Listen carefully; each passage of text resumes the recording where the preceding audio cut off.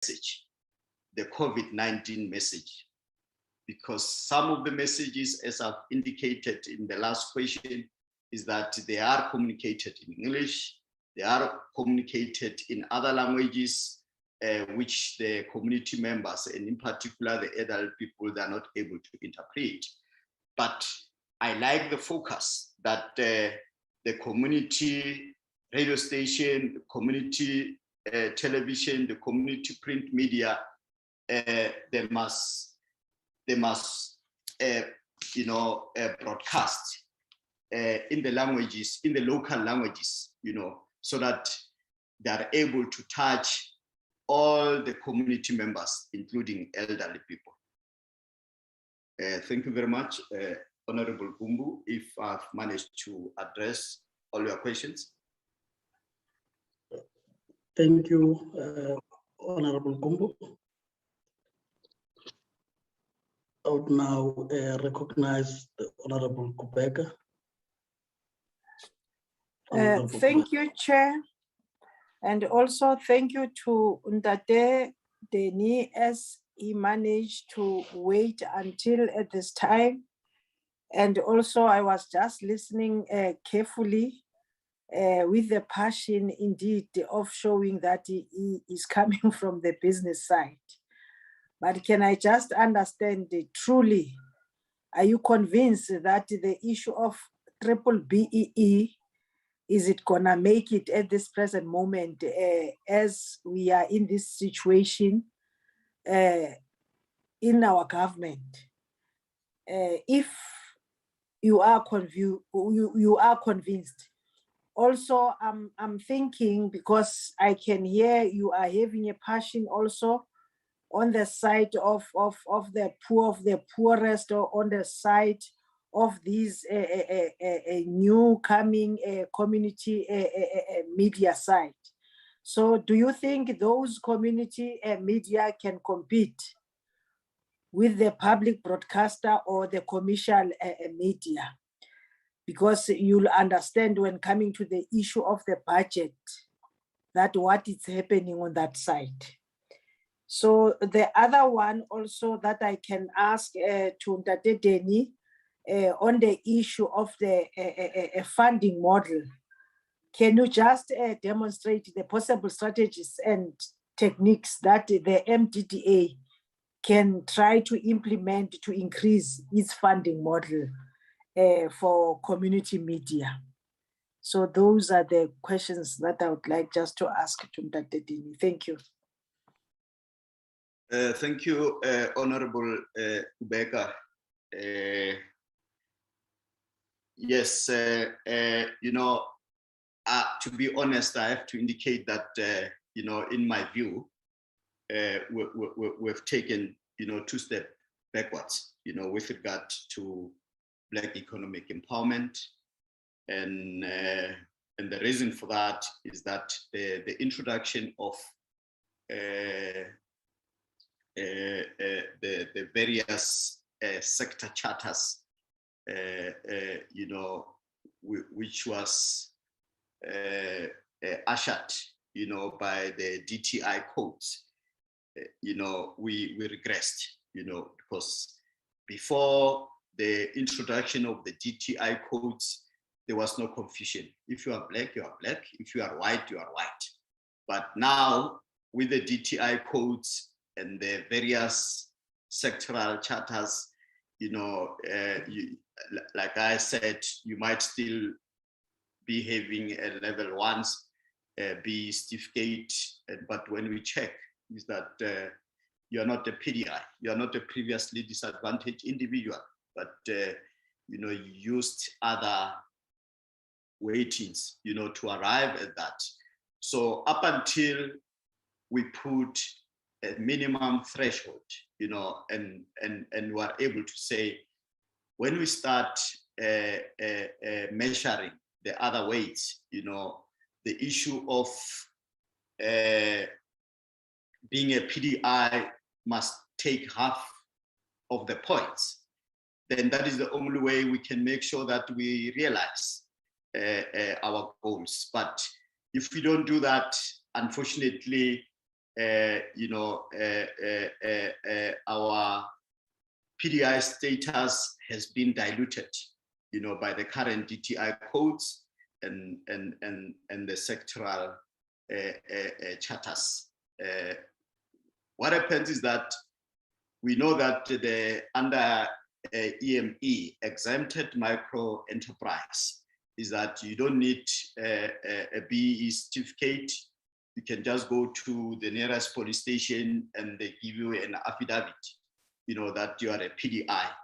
But we know that, the police station, anyone can go there and they don't really verify, your ID or other documents. They just sign, and there are a lot of gray areas where we find a lot of fronting happening with the current system than the way it was before the introduction of the DTI codes and the sectoral charters.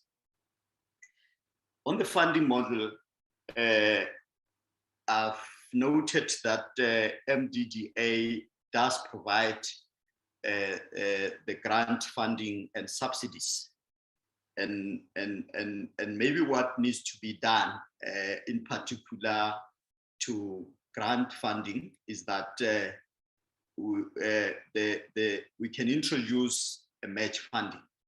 A match funding is that if MDDA, it says to an entity, and a local entity says that they want 10 million, and they can say that, my apology, we'll grant you 10 million provided you match fund. You can match fund, we can use 1+1 or 1 plus 0.5.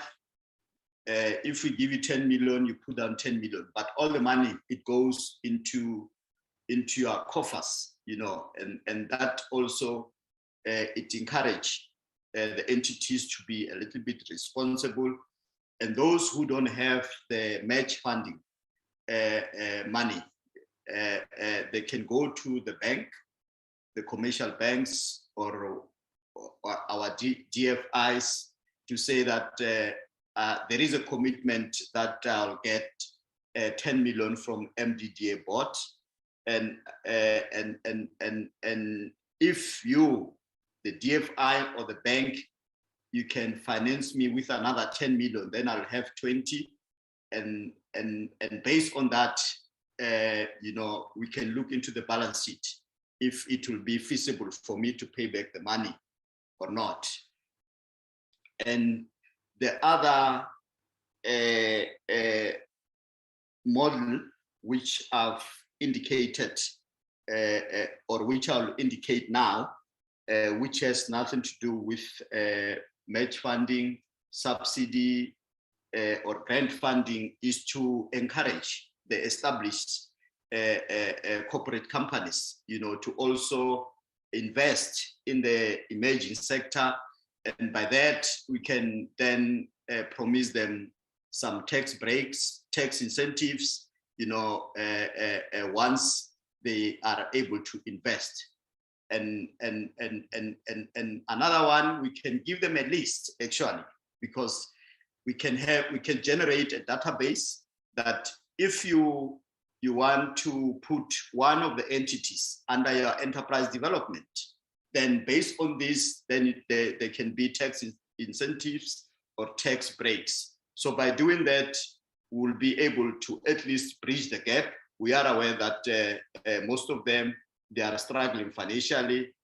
Most of them, they are in rural areas. We know that in most rural areas, there is very less buying power. Thank you.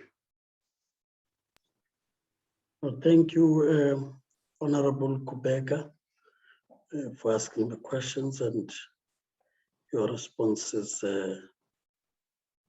Mr. Masimene.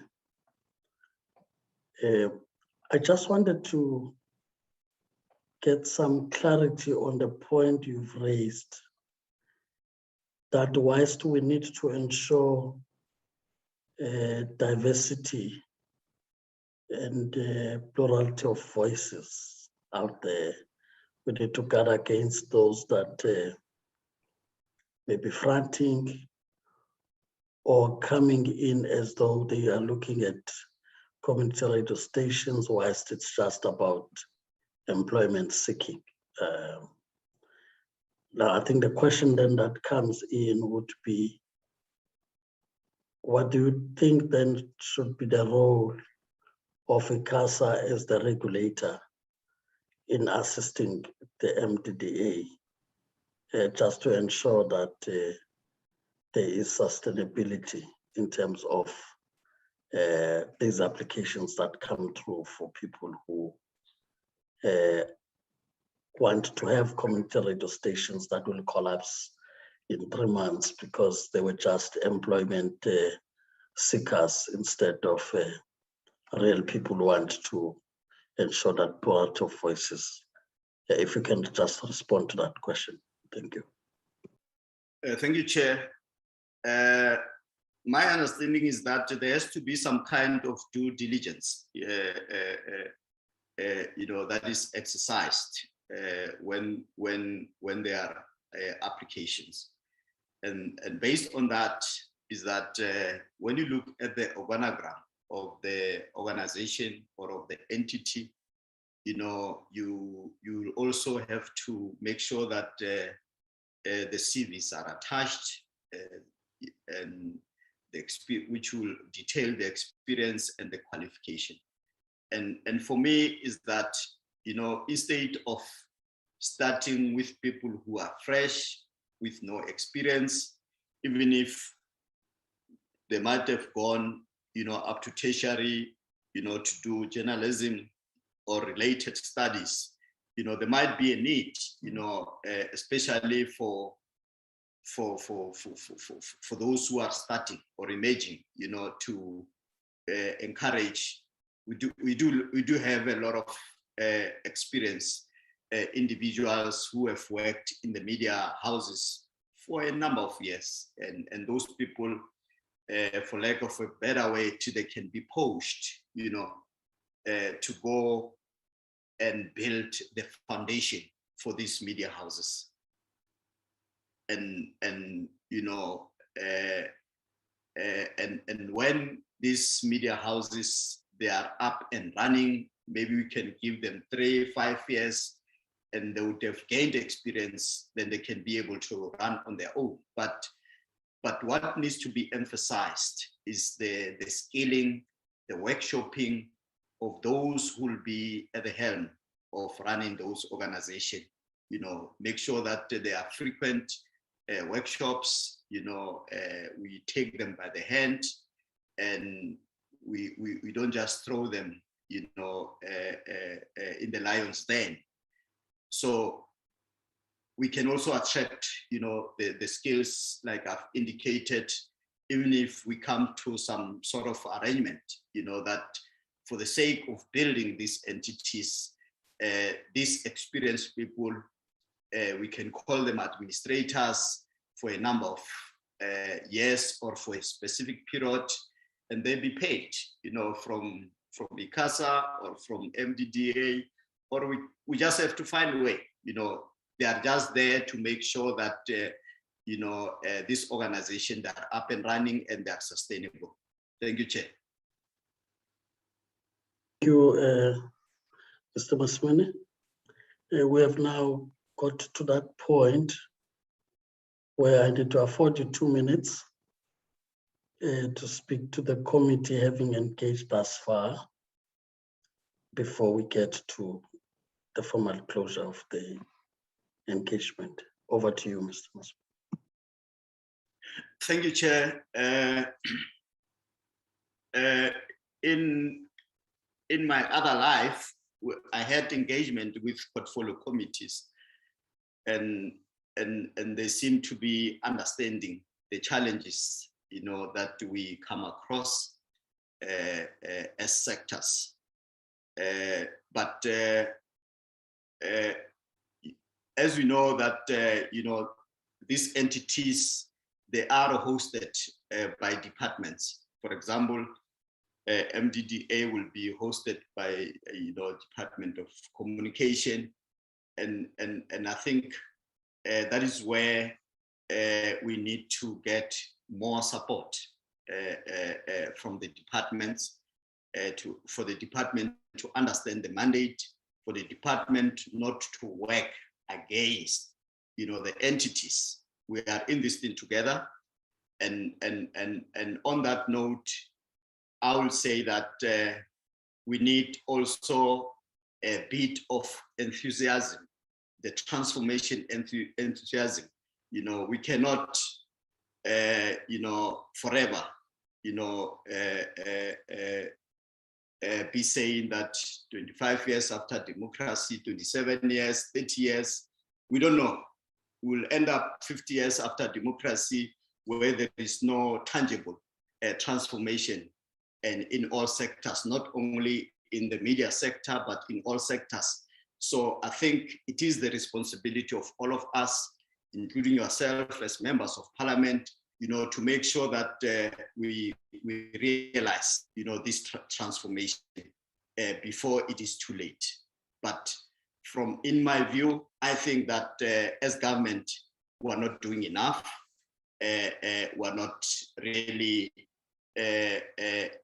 having this enthusiasm about transformation, to make sure that we change the whole trajectory. We know where we come from, but we cannot wait by the wayside and watch, while things are not happening.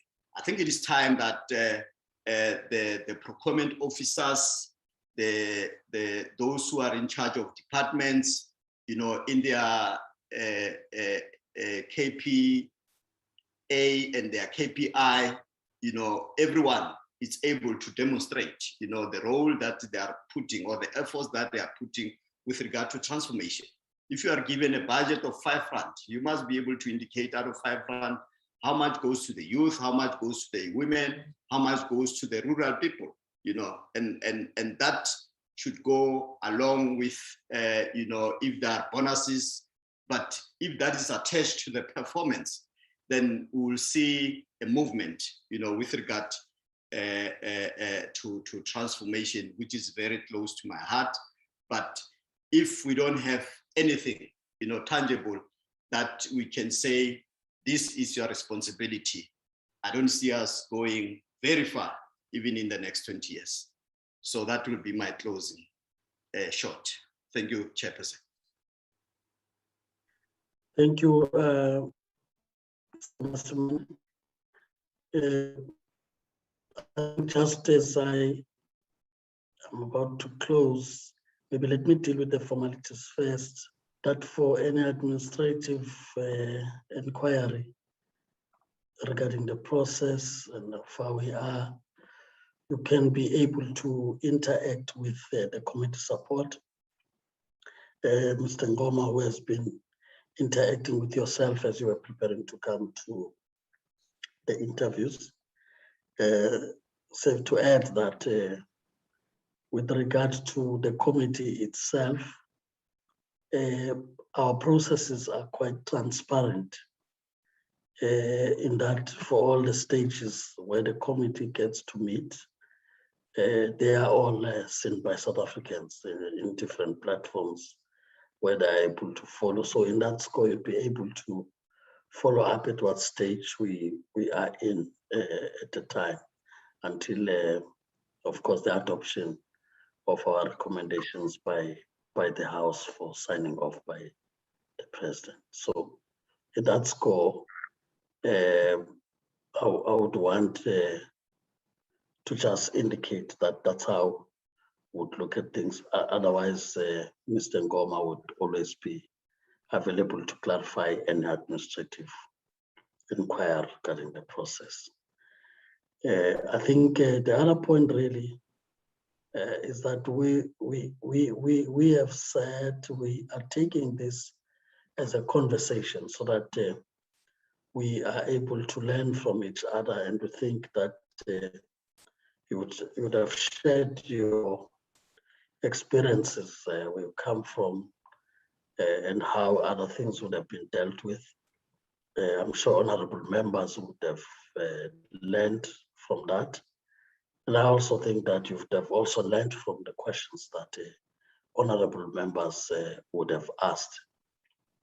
And I want to really close by saying that the issue in relation to the transformation agenda, it is the work that all South Africans have to work together in achieving it from all sectors of society.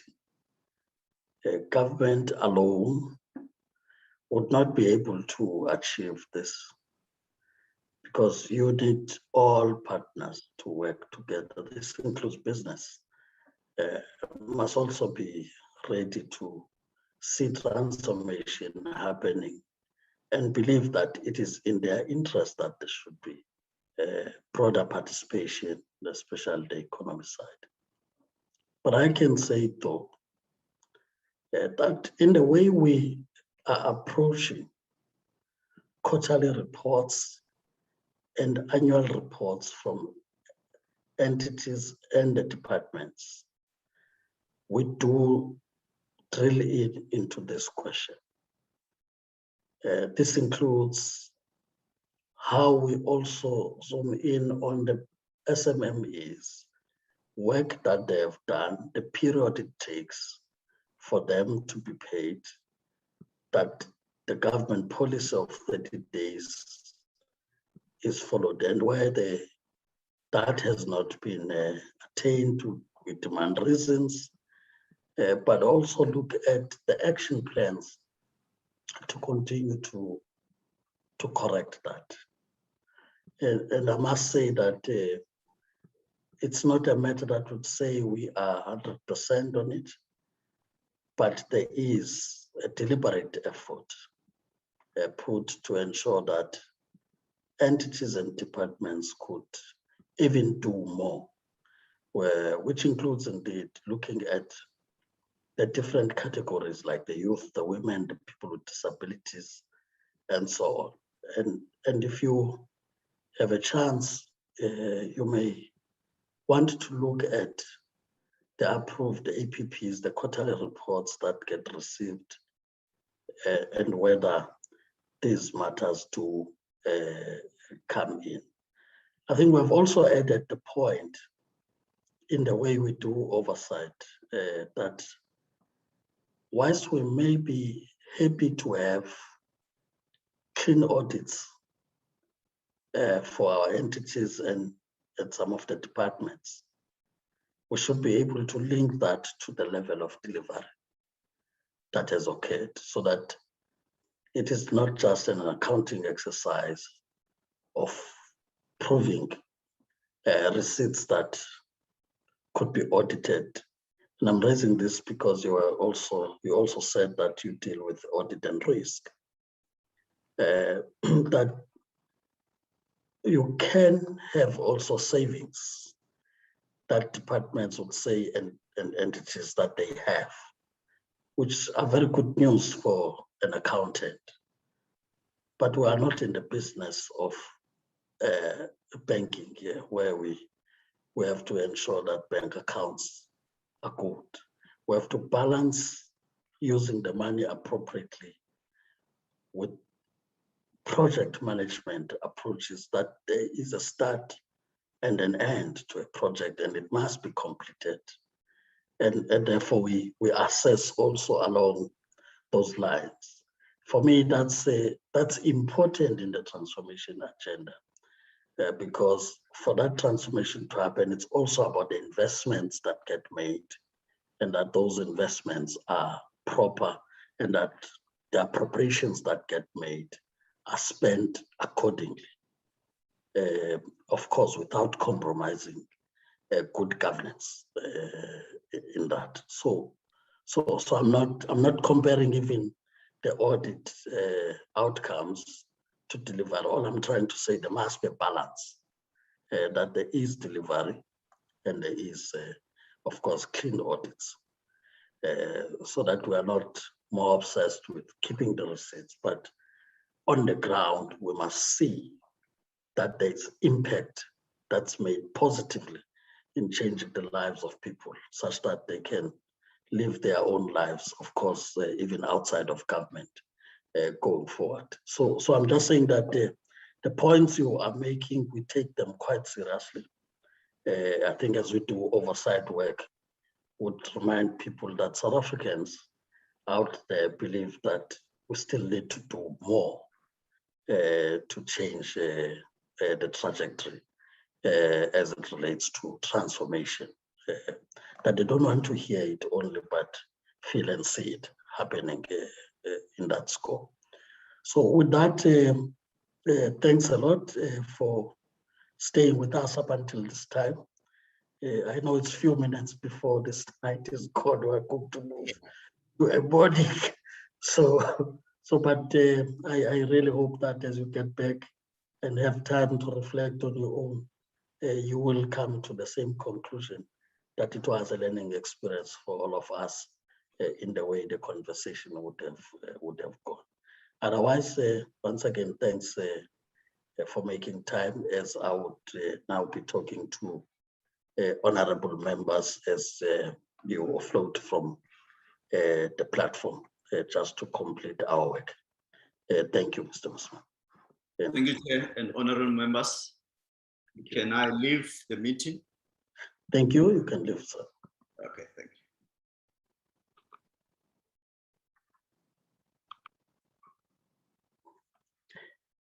you. Honorable members, as I said, this then takes us to the end. This was our last candidate, isn't it, Ajira? Ajira? That's correct, Chairperson.